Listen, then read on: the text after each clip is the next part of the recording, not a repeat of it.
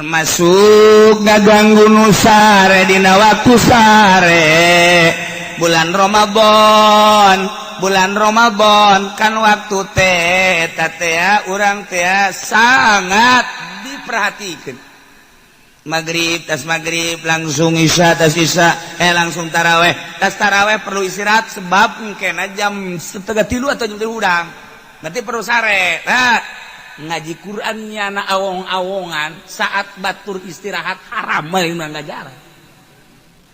mengajar haram lantaran ngaganggu batu cak tetangga aduh tak budak bener kita darus adupan aing waduh ieu engke kudu hudang deui coba cak awewe mampu aing mah nya salaki sok yang diladenan heula nya engke mas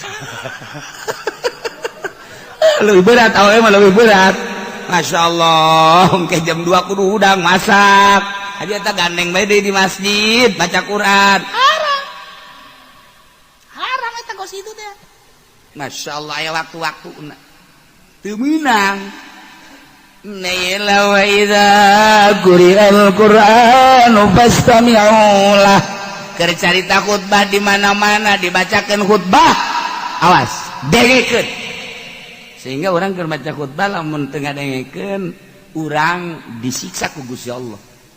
Bener kudu didengekeun pastami'u lah. Paham situ. Kudu perhatikeun bener-bener. Ulah-ulah ngobrol keur khutbah ieu, ulah-ulah ngobrol. Cak-cakan isyarah make ieu bae ta make jemari make curug. Haram. Dengekeun. Mata khutbah di dieu mah lain khutbah lugawi, khutbah na ieu mah khutbah syar'i. Geus lain ceramah. Ku hari khutbah dina Jumat teh di manaan ceramah salah. Eta mah khutbah syar'i, kelengkapan salat Jumat 2 rakaat, nu 2 rakaat zuhur teh dibagi 2 rakaat ku salat, 2 rakaat teh khutbah. Badak khutbahna 2, lamun aya jelema maca khutbahna hiji teu sah Jumatna. Pohoan misalnya alhamdulillahilladzi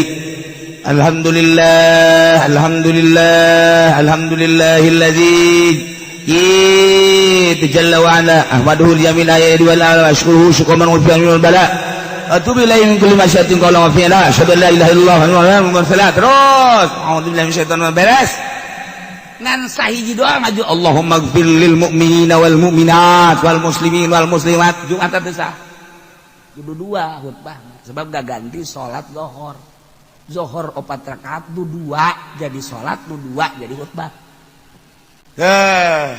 bisa anu hiji teu sah atau ngalantur jadi nak jadi khutbah lugawi ceramah teu sah atuh teu sah tah baca lain khutbah ceramah tah khutbah syar'i kelengkapan salat Jumat ieu dalilna wa idza quri'al Qur'an di mana dibacakan Al-Qur'an khutbah maknana mastami'u lah khutbah Jumat dengekeun wa situ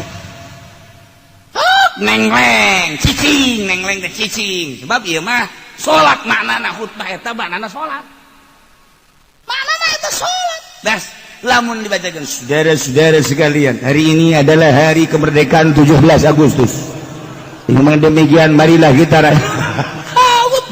Agustus dibawa ke masjid tolol budak. Deh sakitu ada mah geus teu masalah lah. Maka kita tingkatkan KB keluarga berencana. Ya.